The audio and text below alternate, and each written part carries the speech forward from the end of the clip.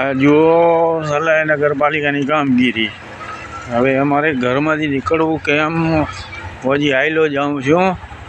એ આમ આદમી પાર્ટીના 2 નંબર ઢોરાણા વિસ્તારનો સભ્ય છે, એનો ઘર છે, એનો દરવાજો છે. એ આખા એરિયામાં એ જ પોઝિશન છે. ગટર આ કચરો પડ્યો, કોઈ દી કચરાનું ટ્રેક્ટર નથી આવતો કે નથી કોઈ ગટર સાફ કરતો.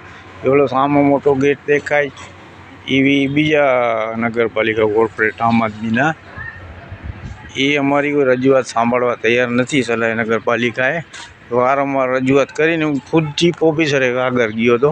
ચીફ ઓફિસર સાહેબને રજૂઆત કરી કે ભાઈ અમારા એરિયામાં કચરો ઉપડતો નથી ગટર સાફ થતા, તો તમે એને કાંઈક નિરાકરણ લ્યો. આ ગટરની પોઝિશન 7-8 વર્ષથી એ જ પોઝિશન છે કે કોઈ દરવાજામાંથી નીકળી નહીં શકે. હાલીને તો કોઈ હાલીને બાયું નીકળે એટલે એ બાયુંને બધા કપડાં ભેગા કરવા પડે ત્યારે નીકળી શકે.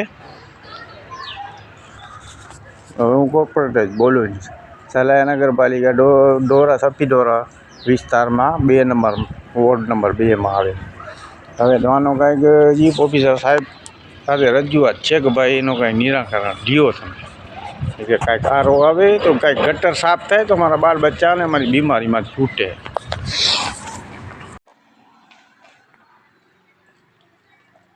આ કચરા ઢગલા પડ્યા, રજૂઆત કરીને 2 મહિને જીસીબી આવે, માણસો નહીં આવે, ખાલી જીસીબી આવે તો થોડોક ઉપાડે ને બાકી વીખી જાય ને એમ ગટર પડ્યા હોય ને કચરા પડ્યા હોય. એ પછી અમારે ઉડી ઢગલા ને ઘરમાં બધા ઘરમાં ઘડે.